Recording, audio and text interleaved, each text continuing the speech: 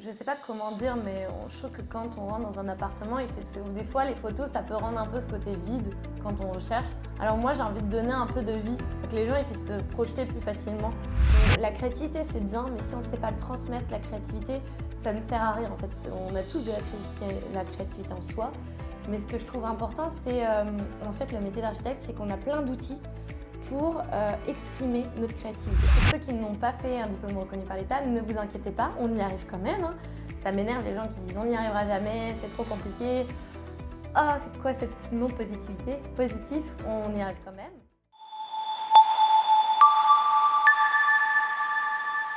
Bonjour Camille. Bonjour Benjamin.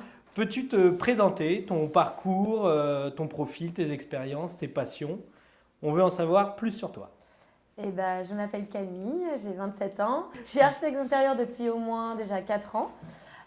Donc j'ai travaillé chez Secret de Limo. J'ai fait mes études donc, à Nantes. Des études donc, de designer d'espace mobilier et produits. Donc c'est un métier un peu large et au final je me suis décidée de me spécialiser dans l'architecture intérieure parce que ça me passionne beaucoup plus l'espace, l'aménagement, la décoration, enfin l'ensemble, même le bâtiment. Même si le produit, j'aime beaucoup ça, mais c'est un autre univers bien compliqué. J'ai réalisé plusieurs stages, dont avec une architecte d'intérieur designer avec qui ça s'est très bien passé. Je m'étais mis un peu à mon compte et c'est vrai que je cherchais après un métier. J'ai découvert l'investissement avec les Secrets de Limo. Je dirais pas que c'est ma passion, mais on y mélange on a un bon binôme, on va dire, entre l'architecture et l'investissement. Après, mes passions, moi, c'est les voyages, mais les voyages plutôt, on va dire, en France. Je suis une adepte du train, je voyage un peu partout. Je suis jamais là les week-ends, je reste rarement à Paris. Je suis plutôt adepte de la nature, j'ai très proche de ma famille aussi. Et passionnée de danse et de dessin et d'art en général, de créativité. Je pense que comme ça complète tout l'univers de ma personnalité. Des fois, j'essaie d'y intégrer un peu ma personnalité dans nos intérieurs, mais j'essaie de mélanger toutes ces couleurs, ces idées, ces univers. Et je suis plutôt quelqu'un de peps, de joyeux, de coloré. Donc j'essaie de mettre un peu cette ambiance très colorée dans nos projets. Tu viens de quelle région? Je viens de la région centre du Berry, de la campagne du centre. Je suis une vraie paysanne qui arrive à Paris. J'aime bien mélanger justement cet univers avec le côté citadin et le côté campagne. Je suis toujours quand même, mon cœur est toujours là-bas. D'accord. Et tu arrives quand même à bien t'adapter à la région parisienne? Bah oui, il y a quand même des avantages à tout. Hein. Tu vis à Paris? Oui, je vis à Paris. Je vis à Paris maintenant, depuis 4 ans. Je trouve ça fait comme un village en soi dans Paris, même s'il y a beaucoup de monde quand même. Il faut savoir que quand je suis arrivée chez Secret de Limo, j'ai vécu en colocation, donc c'est vrai que c'était assez... Je vis en colocation depuis... j'ai vécu pendant 5 ans, donc c'est vrai que c'était quelque chose de pour moi en phase de faire des projets pour de la colocation, parce que vraiment je pouvais m'immerger et tout. Et là, j'ai fait un nouveau projet donc, avec les compagnons des investisseurs. Donc je me suis dit que maintenant fini la colocation, c'est bien sympa, mais la coloc, j'en ne peux plus. Enfin, j'aime bien, mais j'avais envie de trouver mon indépendance. Donc j'ai décidé de trouver un appartement avec les compagnons des investisseurs et qui ont refait totalement les travaux. Donc j'ai refait entièrement un appartement vers Nation où on a refait de tout de A à Z parce que c'était mon objectif, c'était de refaire totalement un projet. L'appartement était complètement tout à refaire et j'ai pu mettre ma patte et réaménager l'ensemble. Et j'ai fait les travaux pour pouvoir suivre et vraiment le faire en interne avec la boîte des compagnons. C'était vraiment chouette. Et maintenant, je sais aussi ce que c'est d'être de l'autre côté, côté client, côté stressant, indécision, pas savoir choisir. Je savais déjà, mais là, de l'être confronté, c'est vachement plus intéressant. On comprend mieux d'être de l'autre côté. Des fois, on se dit c'est facile de faire un choix, mais en fait, c'est très compliqué de faire des choix. C'est très difficile de dire maintenant, c'est pour chez toi, il faut que tu prennes une décision, mais ça va être pour toujours, c'est horrible. Donc, je comprends totalement les clients et c'est pour ça que j'essaie de les accompagner. Et d'avoir quelqu'un qui choisit à sa place, c'est aussi, ça fait du bien, on se décharge sur les autres.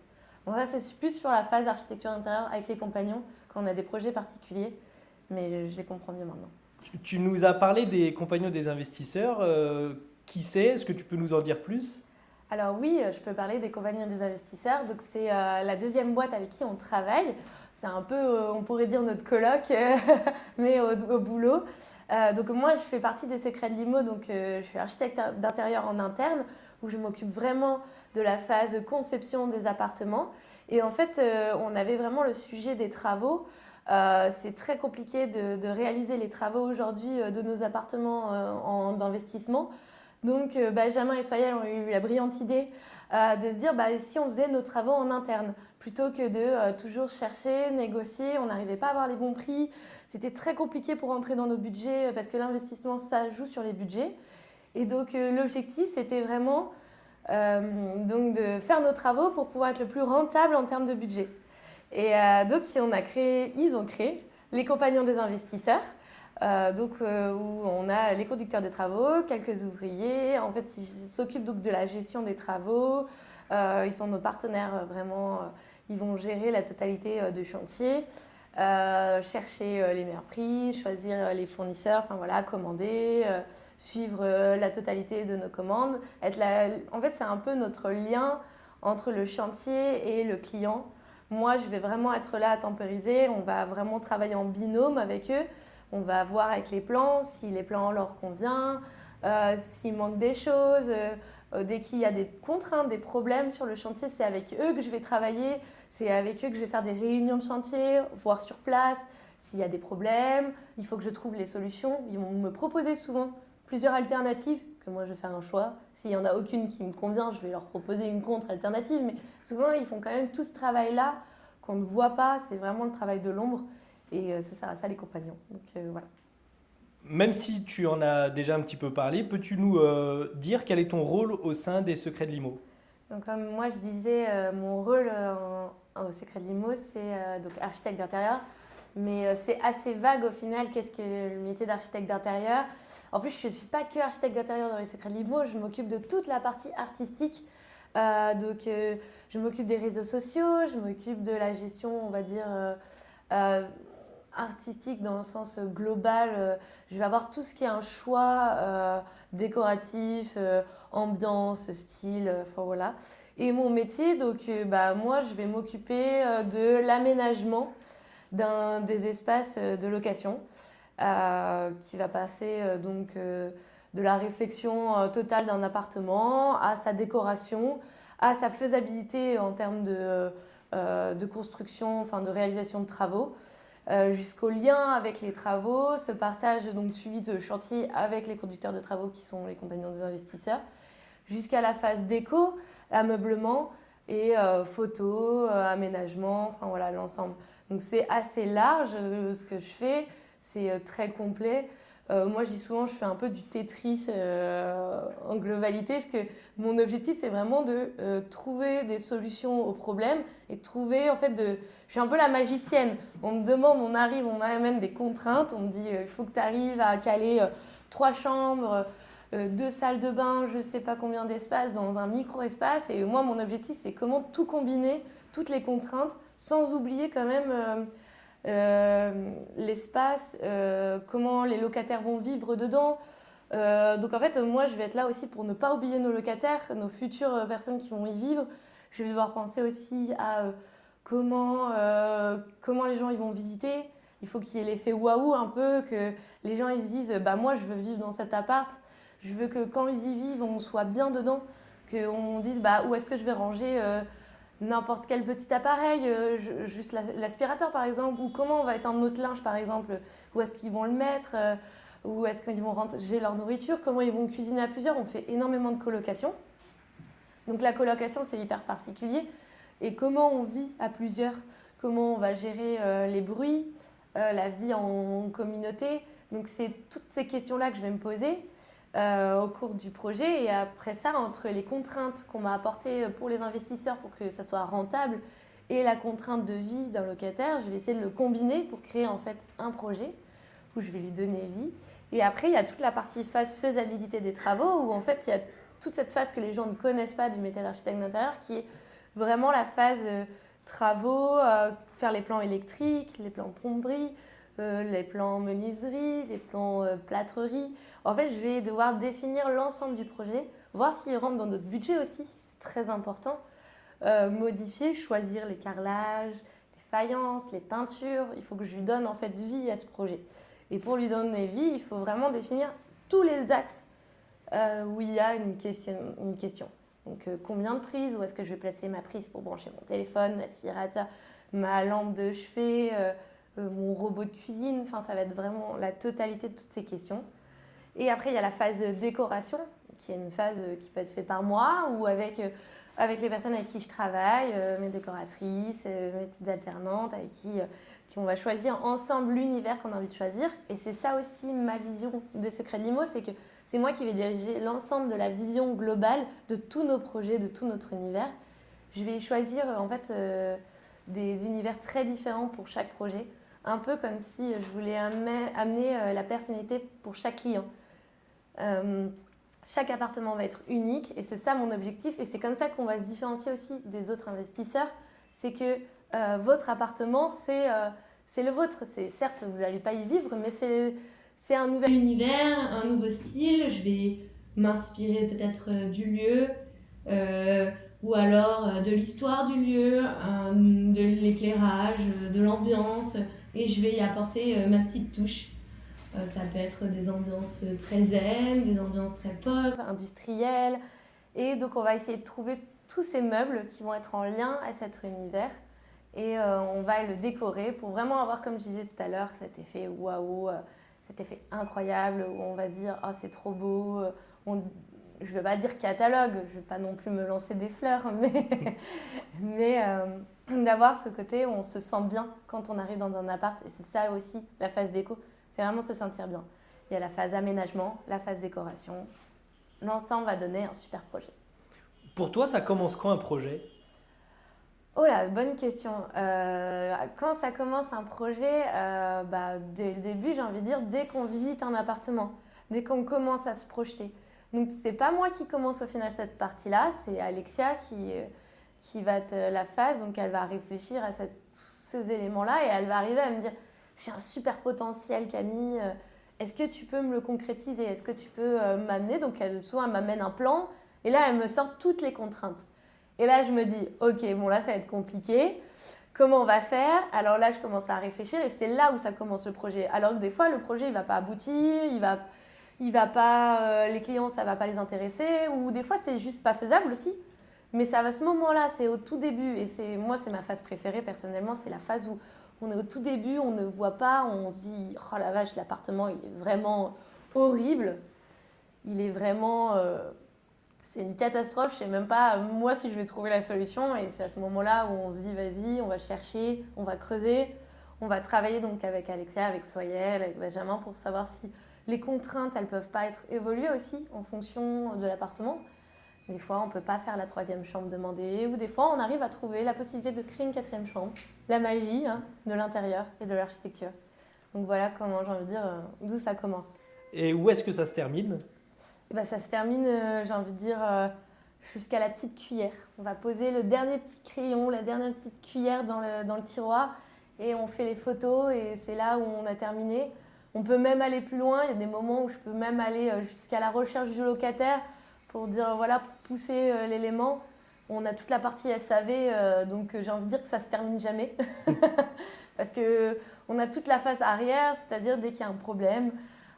Donc tout ce qui est travaux, ce ne sera pas de mon domaine, mais si par exemple un locataire va casser un objet ou un électroménager qui va tomber en panne, et il faut retrouver, il faut sortir les factures, aller chercher, recommander, voir les contraintes, négocier avec les monteurs, voir qui est la faute. Bref, c'est toute une étape de fin qui n'est pas terminée, mais si on termine, on va dire à la photo. C'est bien la photographie, c'est stylé, on arrive, on voit les belles photos et on dit ça y est, j'ai fini mon projet. Je le mets dans une case terminée et je passe à un autre projet. Excellent. Et tu fais, par exemple, pour les photos, est-ce qu'il y a une mise en scène? Est-ce qu'il y a des décorations particulières? Ou alors est-ce que c'est vraiment un shooting brut? Alors, on fait les photos pour donc mettre en location. Ça sert à ça, nos photos. Et quand on met en place, en fait, c'est souvent vide. Ça manque un peu, moi, je trouve, je sais pas comment dire, mais je trouve que quand on rentre dans un appartement, des fois les photos, ça peut rendre un peu ce côté vide quand on recherche. Alors moi, j'ai envie de donner un peu de vie pour que les gens ils puissent se projeter plus facilement dans dans la vie de tous les jours. Donc je vais amener quelques accessoires en plus. Donc on a nos petits accessoires qu'on emmène. On va emmener des fois des plantes, des bougies, des bouquins, ce qui ça amène vachement de vie, des catalogues. Et on va essayer de créer des univers. Donc des fois on peut pas, des fois on va essayer à fond pour donner vraiment la possibilité, enfin tout l'ensemble de l'appartement pour vraiment quand les gens ils regardent les photos sur les sites, sur tous nos sites partenaires, sur le site de l'agence immobilière, qui se disent ah ouais tiens ça donne envie, c'est propre, c'est clean, il y a le ménage qui est passé avant. Donc on essaye vraiment de rendre l'ensemble beau pour les photos. Donc oui, il y a toute cette étape-là où on va réfléchir à où est-ce que je vais mettre les accessoires, sachant que bon, moi je suis qu'une valise, donc je ne peux pas tout emmener. Si je pouvais, je ramènerais encore plus d'accessoires, mais on essaye déjà d'emmener un tout petit peu de vie dans ces apparts. Même si déjà ils sont très beaux, même vides. C'est juste pour les photos. Ok. Voilà. On comprend que tu fais beaucoup de choses. Est-ce que tu peux nous raconter une journée type? Alors, j'ai pas de journée type parce que j'ai autant de journées type qu'il y a de projets. Mais si je peux résumer l'ensemble, il y a plusieurs journées types différentes. Ça dépend à la phase du projet où je suis. Quand je suis en début de projet, bah, je vais être à fond sur ce projet. Donc, je vais bosser toute une journée sur un seul même projet, sur une faisabilité. Donc, la faisabilité, c'est vraiment la phase du début du chantier, du projet, savoir entre les critères, les contraintes du client et le projet, bah, je vais essayer de faire plusieurs projets, plusieurs possibilités de plans, d'aménagement, de 3D aussi. Après, je vais avoir des étapes de journée aussi où ça va être beaucoup sur le suivi de chantier. Donc en fait, je vais bosser sur quelques projets en même temps. On va venir m'embêter, comme je dis tout le temps, où en fait, il y a mes conducteurs de travaux qui arrivent et qui me disent Camille, on a un problème, Camille, on a un autre problème, Camille. Et des fois, ça peut être une journée complète où je vais faire que du changement de plan. C'est-à-dire que quand on a un plan et qu'il y a une contrainte, on découvre un poteau, on découvre une gaine, ou d'un coup, on se rend compte que ça, on ne peut pas le casser, ou que la porte, elle rentre plus. Et ben, il faut que je fasse une modification de plan. Donc, j'ouvre les plans, je les modifie, ça dure franchement une demi-heure, 1 heure, et je dois rééditer des nouveaux plans, les renvoyer à nos artisans, à nos conducteurs de travaux pour qu'ils puissent le renvoyer, vérifier que bien tous nos artisans ont bien tous les nouveaux jeux de plans pour qu'ils puissent faire bien le projet à jour, en temps et en heure. C'est vraiment très important. Donc des fois, ça peut hacher une journée. On a aussi la gestion des réseaux sociaux. Donc des fois, en fin de journée, je vais essayer de voir quels vont être les prochains posts en fonction des derniers projets qu'on a réalisés. On essaye de réfléchir à plusieurs. Qu'est-ce qu'on a envie de mettre sur notre page Instagram, Facebook, LinkedIn, savoir qu'est-ce qu'on va mettre en avant. Des fois, c'est vrai qu'on n'a pas vraiment le temps, parce qu'il suffit qu'on est en plein dans plusieurs projets en même temps. Je suis complètement sous l'eau et c'est vrai que bah, des fois, Instagram va tomber à la trappe. Donc, j'essaye des fois de cumuler tout. C'est pas facile. Des fois, les journées sont trop courtes, mais on fait comme on peut. Excellent. Est-ce que tu as un projet préféré dont tu pourrais nous parler? J'aime tous mes projets dans le sens parce que je pense avoir mis mon cœur dans chacun des projets et c'est ça qui est important. Comme ils sont tous uniques, j'aime bien, en fait, il y a des univers qui sont différents. Et bien sûr, on va dire c'est dans les premiers projets parce que je pense qu'il y a un côté où j'ai grandi avec le projet. Donc mes premiers projets où je suis arrivée, genre par exemple, j'ai perdu les noms tellement ça fait longtemps, mais le projet Eugène, je l'aime beaucoup. Donc qui est situé à Deuil-la-Barre, c'est une maison avec 6 chambres, je crois 5 ou 6 chambres, je ne sais même plus. Et en fait, ce que j'aimais dans ce projet, c'est que c'est mon univers. J'avais amené un peu la campagne à Paris. Et en fait, c'est mes origines dans un projet en Île-de-France. En termes d'aménagement, il était plutôt pas facile, mais c'était un beau projet. Il a fallu quand même qu'on ouvre un mur porteur, réfléchir à l'IPN, rajouter une chambre dans un petit local qui était complètement pas isolé. Donc ça, c'était très intéressant. Mais c'était pas le plus technique en termes de rangement, mais c'est plus au niveau du style et de l'univers qui m'a plu. Je dirais par contre, les derniers projets, on en a fait un à Garenne-Colombe, le projet Thérèse. Il était hyper compliqué pour l'aménagement. On était plusieurs à bosser dessus.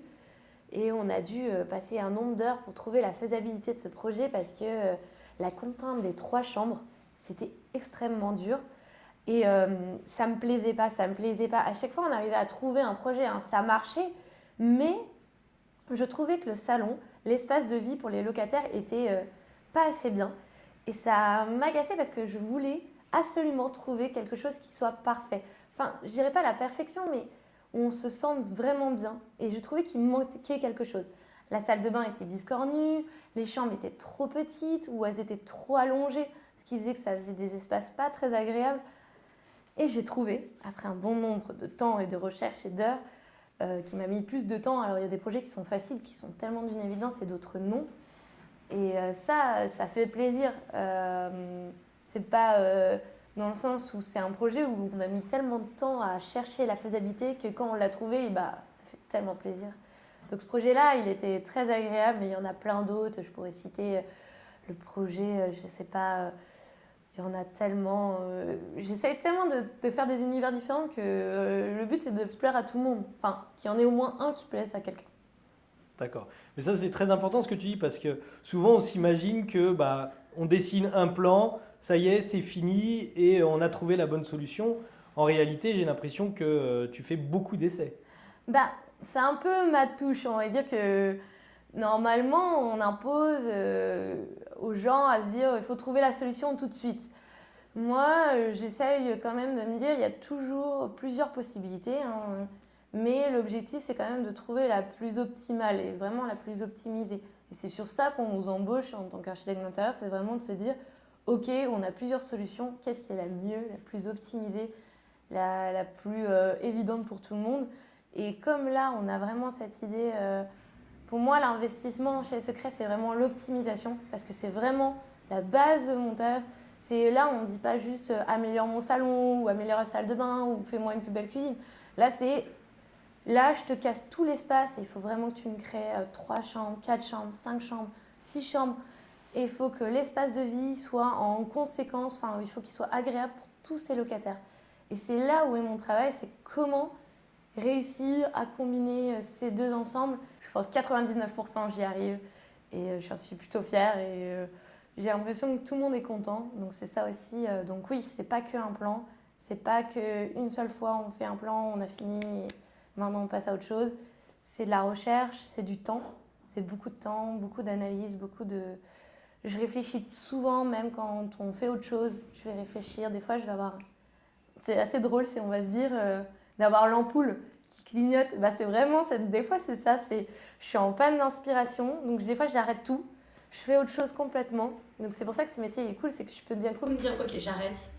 Je travaille sur autre chose. Et puis d'un coup, je vais bosser sur autre chose, parler avec quelqu'un, regarder une image. Les inspirations sur même les réseaux sociaux, Pinterest, Instagram, c'est des sources incroyables d'inspiration.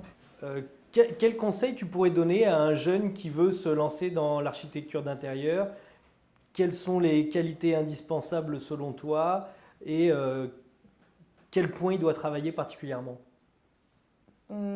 C'est très compliqué en termes de qualité parce que je pense qu'il y a plein de qualités différentes pour plein d'architectes d'intérieur et c'est pour ça que souvent on travaille en équipe parce que c'est justement, on ne peut pas avoir toutes les qualités au monde et c'est ça qui est important. Je pense que justement le travail d'équipe est très important, savoir écouter les autres, savoir voir les points positifs, les points négatifs. La créativité, bien sûr, hein, on ne l'oublie pas. Ça, c'est le point important, mais c'est le point important pour beaucoup de métiers créatifs. Mais c'est vrai que si on n'a pas d'idée, c'est compliqué. Des fois, on peut avoir la panne d'inspiration, comme je disais, à un moment, on peut avoir la panne d'écrivain. On a la même chose des fois en archi aussi, en déco aussi. Des fois, on n'a pas d'idée. Des fois, on arrive, on cherche, on travaille, ça sert à ça. Et d'autres points, la patience, savoir être à l'écoute des clients, c'est très important. C'est une étape hyper importante, c'est le social, c'est le relationnel avec les gens. Et si on ne sait pas écouter, si on ne sait pas trouver des solutions, si on ne sait pas dire nos idées, parce que en fait, la créativité c'est bien, mais si on ne sait pas le transmettre, la créativité, ça ne sert à rien. En fait, on a tous de la créativité en soi, mais ce que je trouve important, c'est en fait le métier d'architecte, c'est qu'on a plein d'outils pour exprimer notre créativité. Donc les plans, les 3D, les dessins, la parole, les textes, enfin tout ça, ce sont que des moyens pour s'exprimer. Ce sont que des moyens pour dire, j'avais une idée, je vais le dessiner, la personne va le comprendre. Si elle ne le comprend pas, je vais lui faire une 3D. Si elle ne le comprend toujours pas, je vais lui faire une maquette. Et en fait, tout ça, c'est juste des moyens d'expression. Donc en fait, si une personne est plus forte en dessin, elle va s'exprimer par le dessin, une autre va s'exprimer par la 3D, une autre par les plans 2D. Donc en fait, pour moi, c'est savoir s'exprimer sur un domaine et le choisir et après le développer. Donc on peut être nul en 3D, mais on peut être très bonne en dessin. Ça ne change rien à notre métier, c'est juste un moyen de s'exprimer aux autres. Et ça va être que là-dedans, dans le discours, dans la façon de se vendre aussi le projet. Parce que si on monte juste une 3D et qu'on dit voilà, on n'explique pas pourquoi, on n'explique pas quel est notre intérêt, pourquoi on est amené à faire ce projet, pourquoi on a choisi de faire ceci, et il n'y a plus du tout d'intérêt. Et en fait, c'est juste une IA ou une intelligence artificielle. C'est ça, en fait, je pense, le métier d'architecte d'intérieur, c'est de trouver l'idée et de l'exprimer. C'est pas que de la trouver. Voilà. Et si tu devais recommander peut-être une formation à un jeune qui veut se lancer, à quoi tu penserais ? Alors, il y a énormément d'écoles différentes. Pour ceux qui n'ont pas fait un diplôme reconnu par l'État, ne vous inquiétez pas, on y arrive quand même. Ça m'énerve les gens qui disent on n'y arrivera jamais, c'est trop compliqué. Ah, c'est quoi cette non-positivité ? Positif, on y arrive quand même. C'est plus dur. Ça veut dire qu'on nous demandera plus d'expérience, mais je trouve ça plutôt bénéfique. C'est un métier jeune. C'est un métier qui a été créé il n'y a pas longtemps. Donc, c'est compliqué les études dans le sens où il y a autant d'écoles que de discours. Il faut surtout se fier à ce que tu as envie de définir toi en tant qu'archi. Il y a des écoles qui vont être à 100% sur la 3D, d'autres qui vont être plus sur moi. Moi, j'ai fait une école plus sur le 2D, sur le dessin. Je voulais apprendre à dessiner. Je voulais comprendre ce que c'était le papier, le dessin à la main, avant d'aller sur l'ordi. Et en fait, je trouve ça hyper intéressant parce que j'ai appris à peindre, j'ai appris à dessiner et j'ai appris à comprendre la lumière, à comprendre comment la lumière se projetait sur un objet, comment on le représentait, quelle était sa manière d'être représentée et tout. Et en fait, j'ai trouvé que ça m'a vachement aidé sur après la 3D, sur les plans. Mais on y arrive aussi très bien sans dessin. Donc moi, j'ai juste envie de dire, suivez votre cœur, quoi. C'est horrible. C'est des études dures, archi ou architecte d'intérieur, les deux compris, donc de persévérer. Et c'est pas grave si on change d'avis aussi. Et c'est plutôt ça que j'ai envie de dire. C'est pas grave si on change. En fait, aussi, faut pas croire que quand on va devenir architecte d'intérieur, on va devenir la grande star des magazines. Faut arrêter de croire ça. C'est pas vrai. On va travailler en tant que cuisiniste pour des investisseurs, pour des bureaux, pour des restaurants, mais on va pas tout faire. Il faut faire un choix. Merci beaucoup Camille pour ce partage d'expérience et d'infos. Et j'espère qu'on se retrouvera très bientôt pour un autre épisode. J'espère aussi. Merci. Au revoir. Au revoir.